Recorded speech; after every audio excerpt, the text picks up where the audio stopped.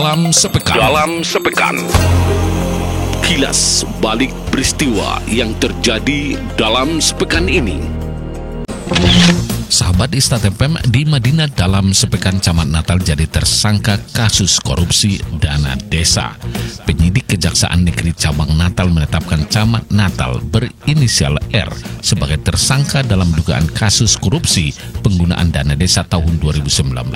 Camat Natal ditetapkan jadi tersangka sejak 2 Agustus 2021.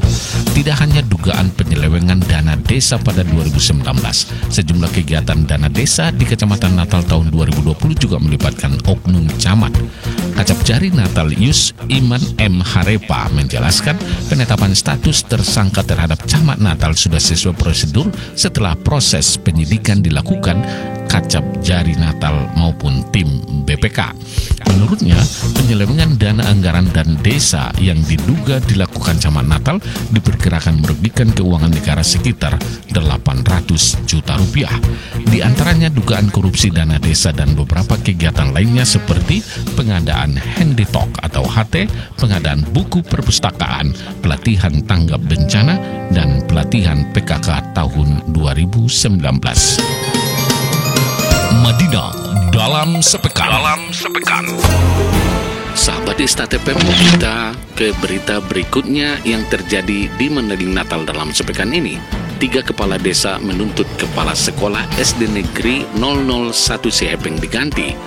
3 kepala desa di Sihepeng, Kecamatan Siabu, mengadukan kinerja kepala sekolah SD Negeri 001 ke Komisi 1 DPRD Madinah.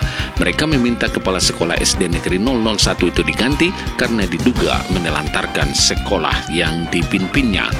Menurut mereka, masyarakat di desa Sihepeng tidak lagi merasa nyaman terhadap sikap dan tingkah laku Kepsek SD Negeri 01 sejak kali pertama menjabat kepala sekolah pada 2019 hingga sekarang. Surat permohonan pergantian kepala sekolah SD Negeri 001 Desa Sihepeng tertanggal 19 Juli 2021 dan ditandatangani oleh Komite Sekolah dan 3 kepala desa di Sihepeng, yakni Kepala Desa Sihepeng Tolu, Sihepeng Sada, Sihepeng 2, dan ditandatangani Badan Permusyawaratan Desa. Menurut mereka, Kepala Sekolah SD Negeri 1001 selalu membuat keputusan sendiri tanpa ada musyawarah dengan para staf, guru, dan orang tua murid untuk penggunaan dana bantuan operasional sekolah. Sejak tahun 2019 hingga sekarang, kepala sekolah juga tidak pernah transparan dalam penggunaan dana BOS yang sudah direalisasikan. Sejak kepala sekolah SD Negeri 001 mengangkat 2 orang tenaga honorer, urusan keuangan sekolah dikendalikan oleh 2 orang yang juga anak kandung kepala sekolah Negeri 001 Desa Sihepeng. Madinah dalam sepekan.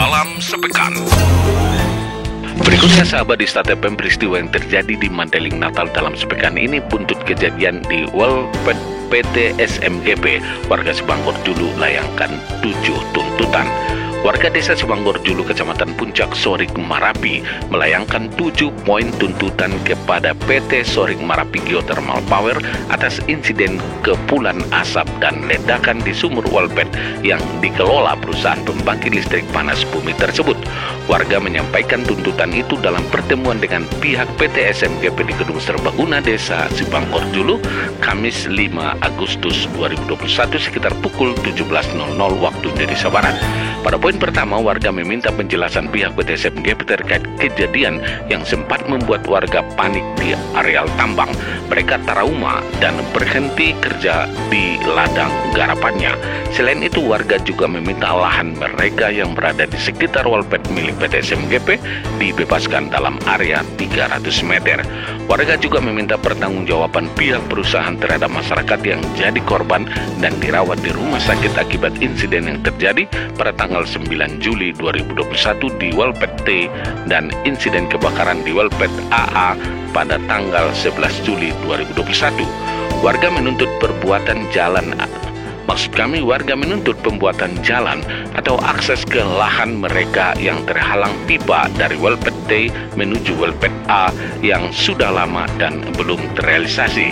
Selain itu, pemasangan gapura atau penutup pipa di area jalan masuk di Sibanggor dulu.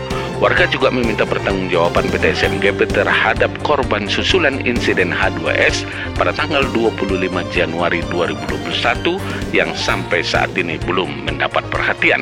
Warga meminta jaminan keselamatan masyarakat kepada PT SMGP maupun pemerintah atas berbagai resiko atau dampak yang ditimbulkan oleh perusahaan pembangkit listrik panas bumi itu.